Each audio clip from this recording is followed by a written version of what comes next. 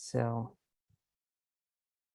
done. So we're on the record, and I'll just quickly reintroduce it for people that are watching this video. This is just a friendly chat for people that are feeling useless and feeling that they're burnt out and just want to hang out and share what we're observing, the progress or the lack of progress that we're seeing in different things, and just, let go of the pressure. So, and I'll go first, but then I won't overload the communication channel. I basically, I'm going to share that it's been a very stressful last 24 hours for me personally, because, we're doing a lot of these things that relate to evacuations, and a lot of people are just, losing it, and because they're tired and stressed out, and the situation on the ground is very time sensitive. And it's all bubbling up to me as a person who's responsible for gathering people. So it's definitely a pressure, but I intend to have a full night of sleep today. I haven't had any sleep last night. I happened to have a quick nap, but I'm determined to have the boundaries, and just to tell everyone that from 11 p.m. to 5 p.m. that's it. Like, I'm not accessible, and that's my boundaries. And I highly recommend for you guys to have similar boundaries, and just accept that. That's it for me. I'll let you guys. I can tell you from the finance, not financial, but from the fundraising, we have high enthusiasm. So hopefully this will give all of you energy. We have a lot of people reaching out to us. We have a really good plan in place and really enthusiastic people.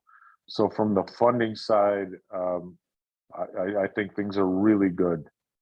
It's energizing, and having the people have the enthusiasm that they have to help is phenomenal.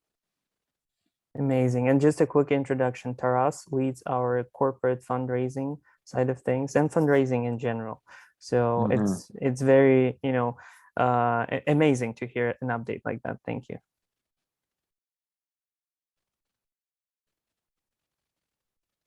I'm trying to say something smart.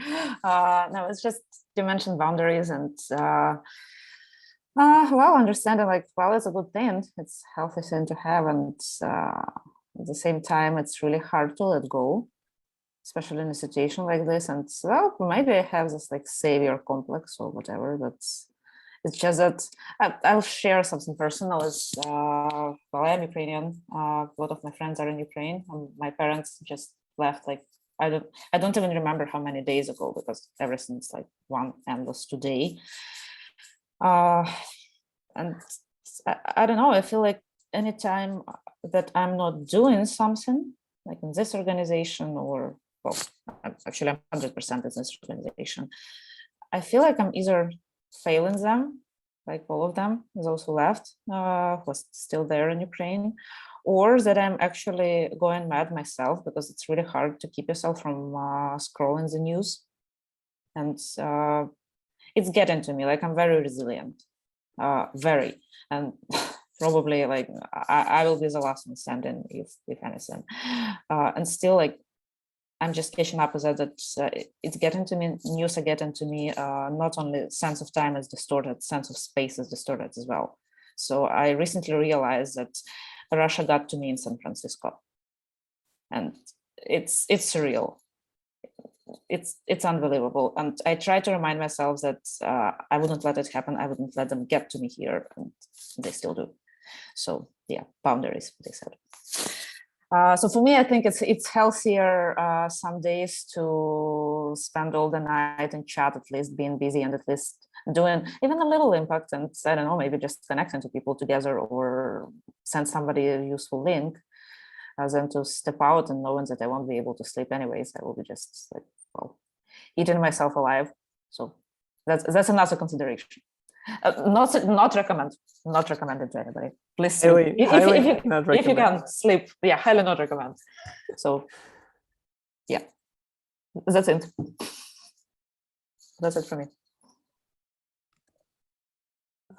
Not to put anyone on the spot, and because I know that you, Brock, have been under major pressure with leading the evacuation and dispatching, but I would love to hear about your experience, and tell us if the Batman movie was good, because we all need that information. Yes, I took a break and I saw the Batman movie, so it was good to take a time out and just eat some popcorn and kind of restart. So that was really good. Some of you may have seen my rants on Slack, so I tend to start venting if I need something or I'm feeling pressure on something, and many thanks to some of you on this call, just listening to me vent and trying to help me out if I need something. And the other thing is that sometimes I feel like I'm spinning my wheels because I'm trying to make stuff happen, and we're experiencing growing pains, but we're working through it. So I have a lot of optimism on what this team is doing. Thank you. And Thank you.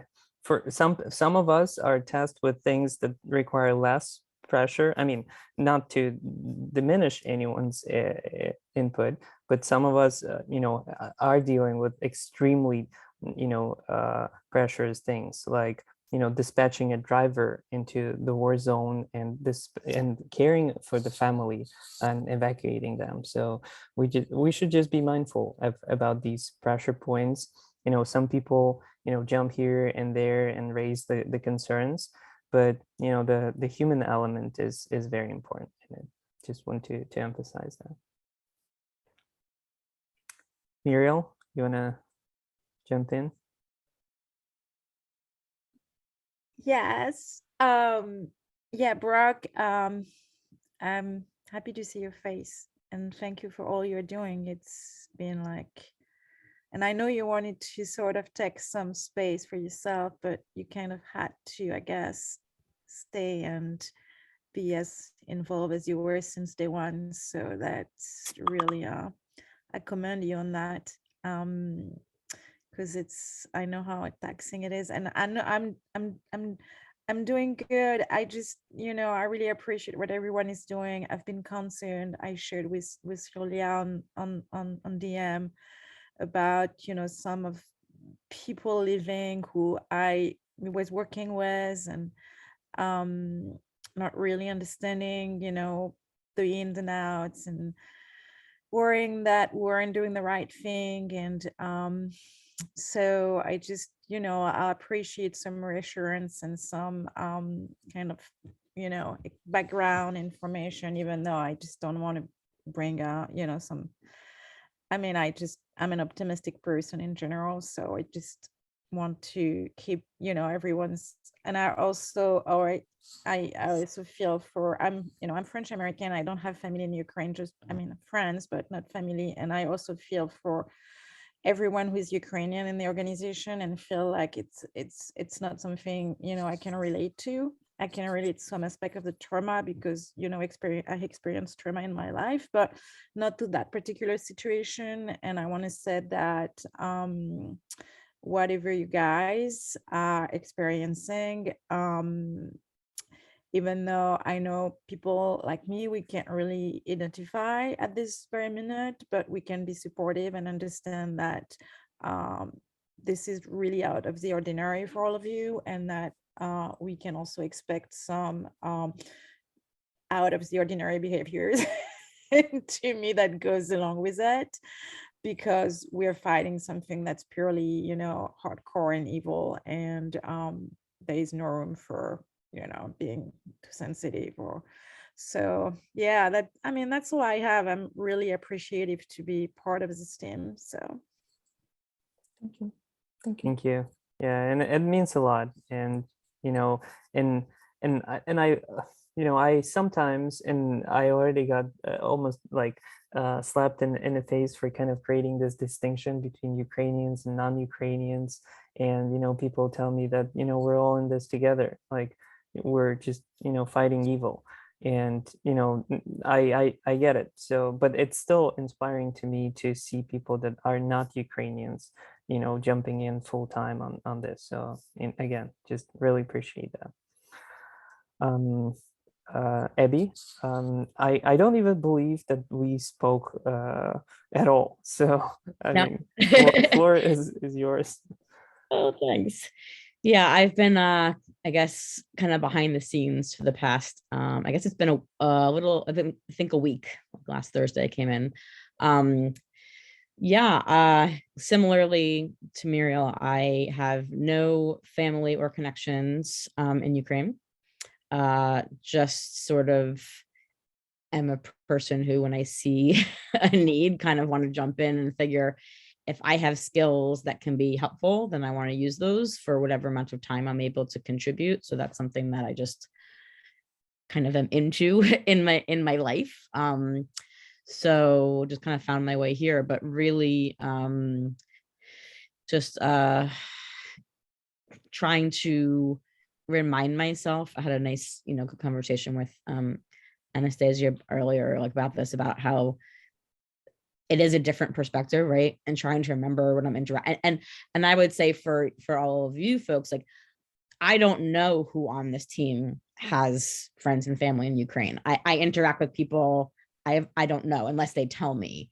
There's also that sort of sense of I'm interacting with people and not really knowing where they're coming from in that way, which is interesting. And not that it matters, but it matters, it matters to some extent. So that's just been interesting for me to kind of be meeting different people, and some people saying, like Muriel, I'm just kind of helping out, and some people saying this is, very personal to me. An awareness of that for me, I guess, as I interact with different people that I don't know. And I should probably just assume at all times that people have a personal connection, and that this is, and I don't want to say it's more meaningful because we're humans, but these are your people, so it's different. So yeah, so just trying to jump in and help wherever I can. Brock, I'm sure it's good to see you. I feel like there's been a lot of times when I've kind of been on not the receiving end of your rants, but I see them, and that's the kind of thing that I really respond to. I really want, when someone jumps up and says, like, I really need help, like, I really want to be there to answer that call for folks. That's kind of what I am into, is kind of that matchmaking, really finding the right people or the right solutions for people so that they can relax and just focus on doing their job. So I'm grateful that I've kind of fallen into that space to do that. But just want to be here and support however I can for as long as I'm able. And really excited to hear the fundraising is going well. I would just say one thing that might be useful for folks in the channel, and I know that we kind of like, Archer, you kind of do this, but like to have, I don't know what the language is. In my work Slack, we call it the wall of happy. And we're not really in a wall of happy space right now, but a place to put successes, to have people feel, even if it's simply, we filled 4 roles for dispatchers today, for people to know, or like, we raised this money, or we got this, certainly evacuations, which I know is sensitive, but like even little wins for people to be able to see that. And I want to be careful about that, because I also realize that, like, it might not be the right thing for folks who have family there to see that and kind of feel like there's any kind of celebrating going on, but it might just kind of give some line of sight for people to stay kind of motivated. But We've actually asked for that Go ahead. for the fundraising. We'd like that to be something that we can use as a bullet points for the corporate fundraising that we're doing. The successes are something that drive more people to fund us and to help us and to see what we're doing. It's critically important. So that is something that we've asked for, and we should probably share that with everyone within this group and maybe everyone. yeah. All right, that will happen. We'll just figure out how to do that bowl of happy. You're right that I'm trying to kind of do that to the daily summaries, and I'm bottlenecked to create those. But yeah, like for everyone to share those wins, I think that's a great idea. However small they are, everything matters. So we'll figure out the Slack channel for it or something. We'll do that. Thank you guys.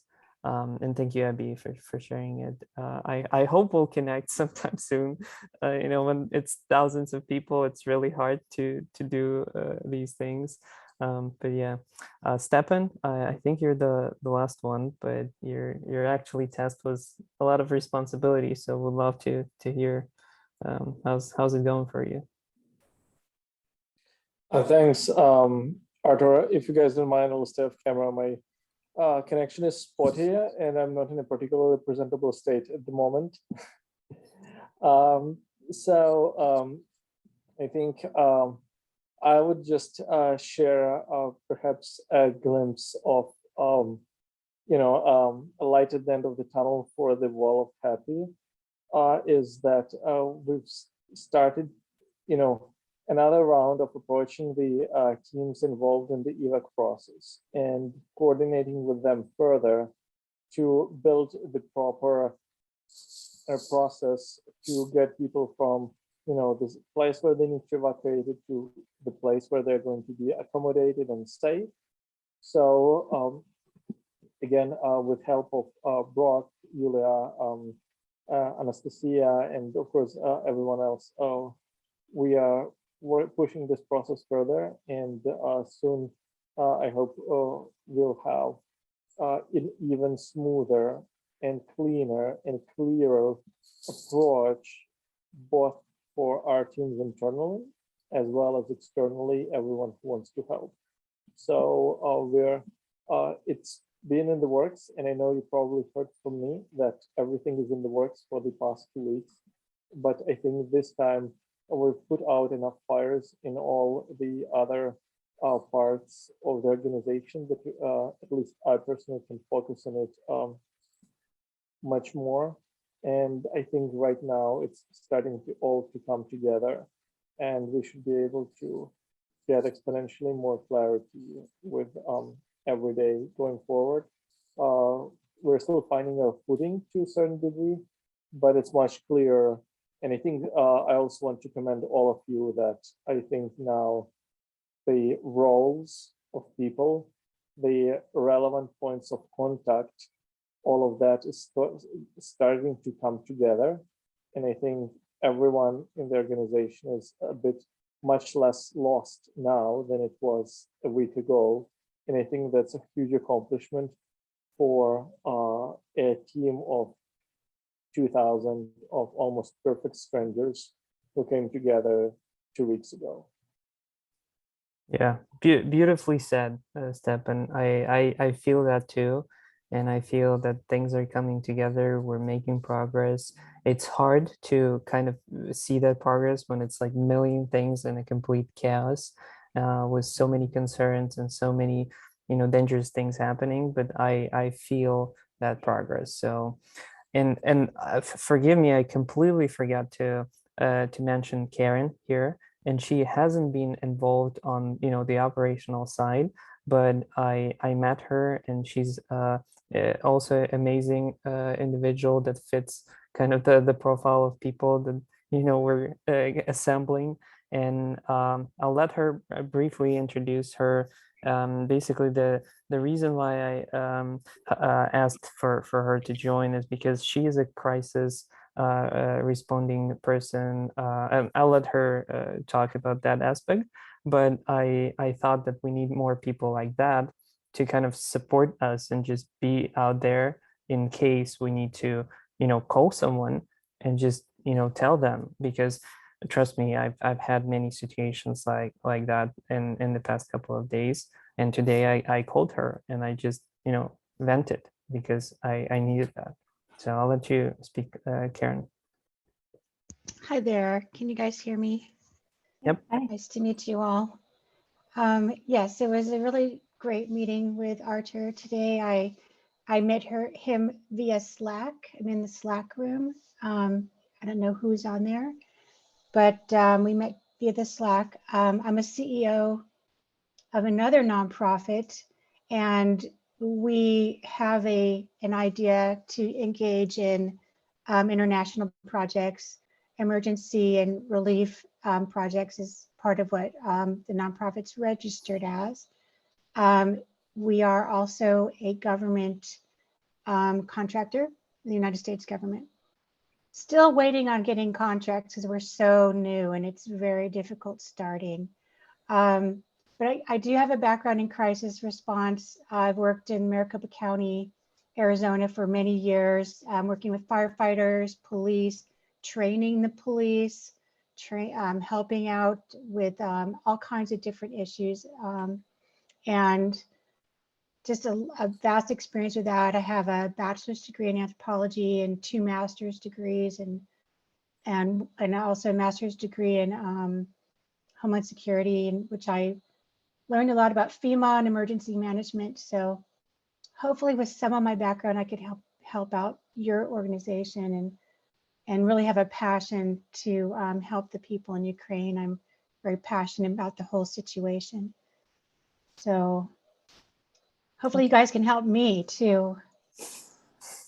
Yeah, you know, We're all in here together. Yeah. Yeah. I'm always saying that, you know, we are focused on evacuations, but the side product is creating a safe space where people can, you know, come to and figure out how to be helpful, because, you know, there's so many people that, you know, message me and say, hey, I'm taking a leave of work.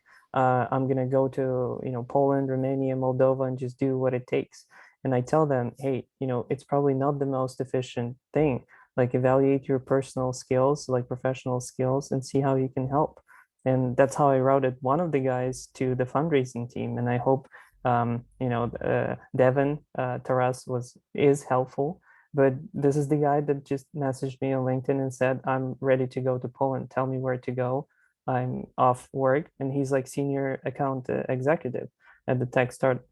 And, you know, I just routed him to Taras and fundraising team, and hopefully it's working out. I see them, you know, cranking at it every single day. So yeah, just an example of how to be useful. And his enthusiasm and his drive to push us forward is incredible. Yeah, thank you. Wow. Yeah, that's a success story. That's the type of wins that we have to speak more about. And the last person that just joined in and probably is missing the context of what is happening in here. So Renee has been with us.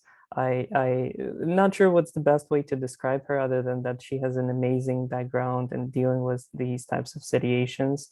And I almost, you know, in my brain, this is the person that flags concerns.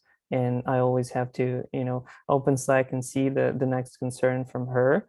And that's kind of like how I'm operating right now, but I'll let her, you know, talk about her personal experience. We're kind of just sharing, you know, what we're feeling and observing, and just hanging out and, you know, sharing how it's going. So just very quick thing, you know, a couple of sentences. Renee, floor is yours.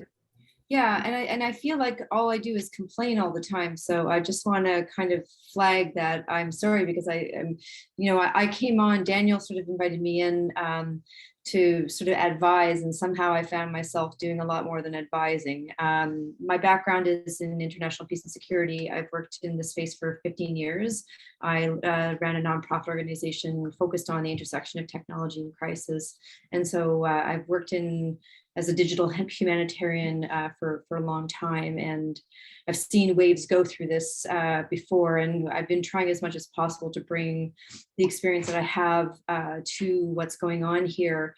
And on the one hand, there's like so much amazing energy and sort of drive, and on the other hand, there's also just an enormous amount of risks, and you know, both in terms of digital safety, in terms of physical safety, in terms of trauma, and so on. And you know, as much as possible, just trying to help make sure that whatever we do, we're doing it as safely as we can. And you know, I really, everybody that's on this chat has been amazing. So, you know, just thanks for you all. And Artur yesterday kind of very rightly chastised me for not humaning enough. So if you kind of see me doing that, it's not my default mode, and I'm sorry.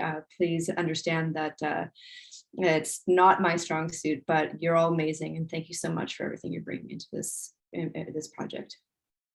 Thank Thank you. And we all appreciate the concerns and complaining, you know, that's always helpful. And I try to be mindful in whatever, you know, is flowing at me to best respond to it. But yeah, thank you. And I completely forgot about Anastasia here, mostly because she has a black square on her avatar, so she got kind of blended in, but I'll let you take the floor.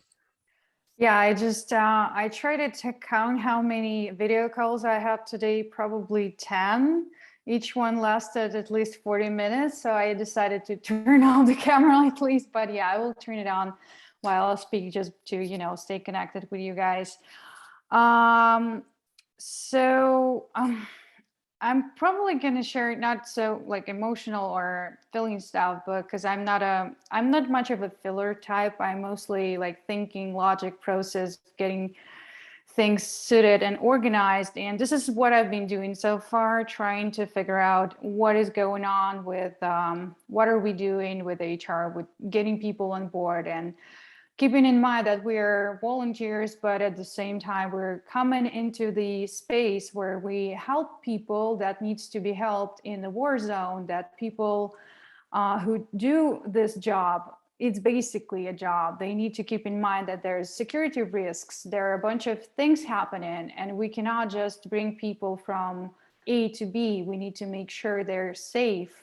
We need to make sure they have some kind of plan or somebody to take care of them at the end of the route. And there's a bunch of things happening right now in the war zone and at the border.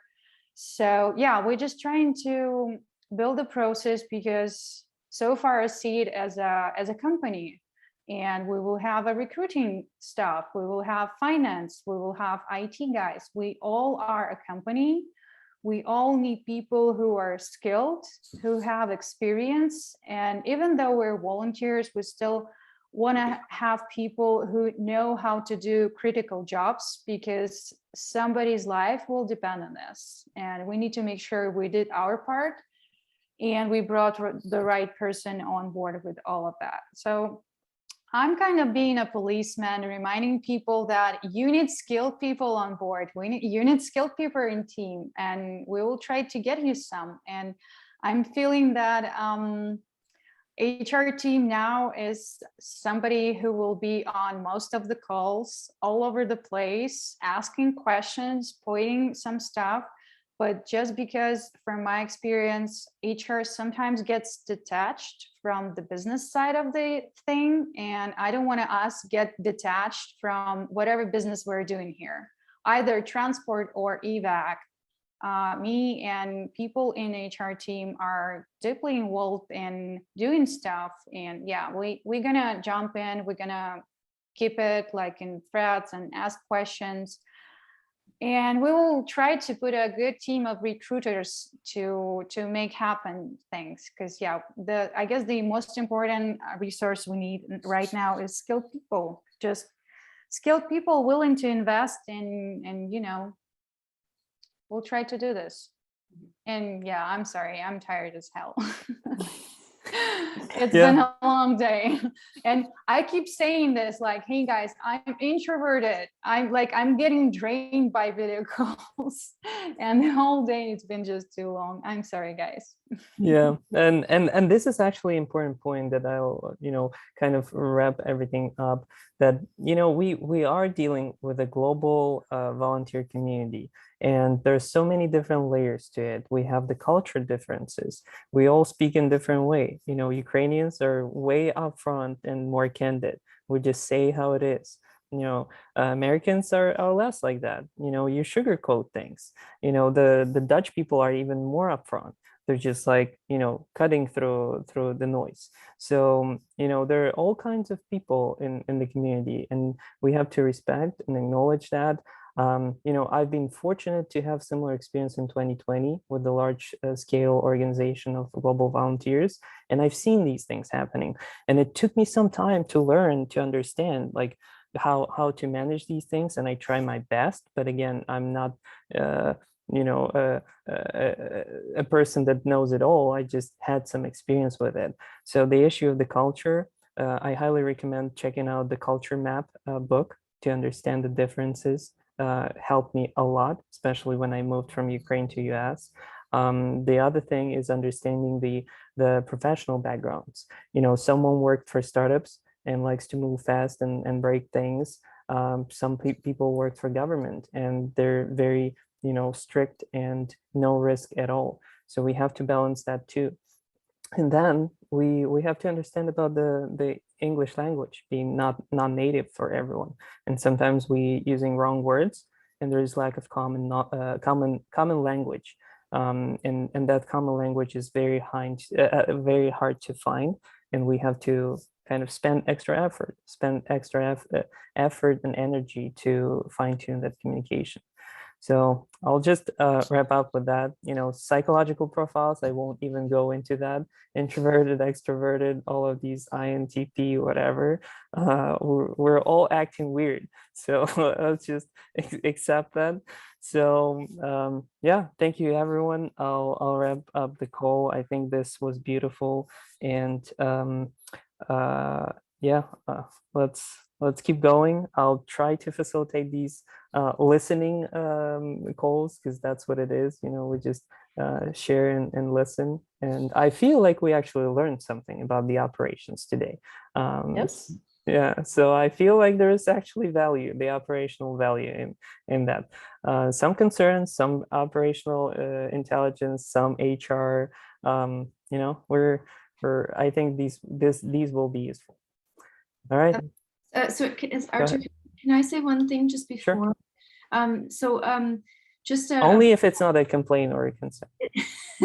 It's not a complaint. It's actually a follow-on. So a big group of, well, some of us met earlier on today, and we were trying to have a meeting with more members of the team. And so there's a doodle poll that's about to get circulated. You know, acknowledging Anastasia, your comment about Zoom meetings. There was one that we're trying to do just to make sure that we have some perspective. So you're going to be getting some messages just about that in the next couple of hours. So I just wanted to flag that we don't want to invite anybody into a channel or to a meeting that they don't want to be in. So you'll get a message about it beforehand, but I just wanted to let you know about that. Yeah, and if I may jump in, the observation of these 2 weeks into the business, like Yulia mentioned before, it's really hard to detach. It's really hard to turn off a lot of stuff. It's really hard to keep track of how much time do you spend. Like, some of us have the luxury to be full-time, and I call it luxury when it's actually not. But yeah, you know, at some point I figure out that one of the things we all need to do for ourselves, it's something my friend always tells me: you should put mask on first before helping others. Mm-hmm. Otherwise, you know, you're going to spend yourself pretty quick. And the second thing, there are so many calls, so many people, so many things going on. You should pick your battles. You should just say yourself, okay, I know that this might be important, but no, not this time, maybe next time. So I'm glad that you're bringing up this, but I maybe not this time, maybe next time. I'm sorry. All good. All right. Thanks, guys. And again, beautiful stuff. I'm really, really grateful for all of us that we gathered today and for these past 2 weeks. And let's keep going. We're gonna make some good. All right. Thanks, everyone. Bye-bye. Everyone. Bye.